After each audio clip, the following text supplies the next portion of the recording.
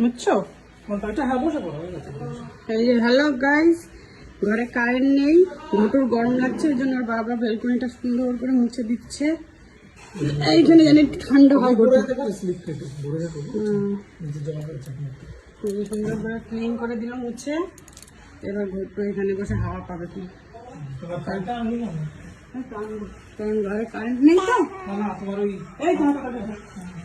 এর জন্য এখানে একটু দাঁড়িয়েও লোকজনও দেখতে পাবে। আমি একটু হাওয়া করে দিই, আর এখানে বাবা ক্লিন করে দিচ্ছে সব পরিষ্কার করে, জানি কত সমস্যা না হবে। একেই বলে বাবা, বুঝলে গাইস? দেখো সব চকাচক ঝাঁকাঝক বানিয়ে দিচ্ছে।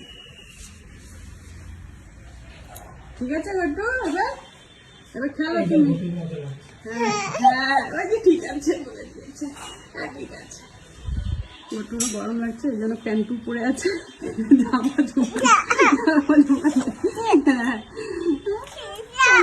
প্যান্টুল গাল প্যান্টুল গাল না প্যান্টুল বেবি। বাবা করুক ক্লিন করে, পায় না তার জোর করে আসবে।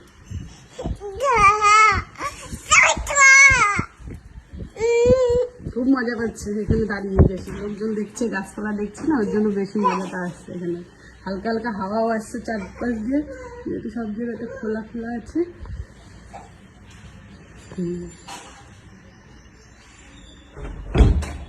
টাটা করো, টাটা করো, বুঝি আংটিটাকে টাটা করে দাও। এই যে বাবু টাটা করে দাও, ঘুরতে বেরোচ্ছে ওরা।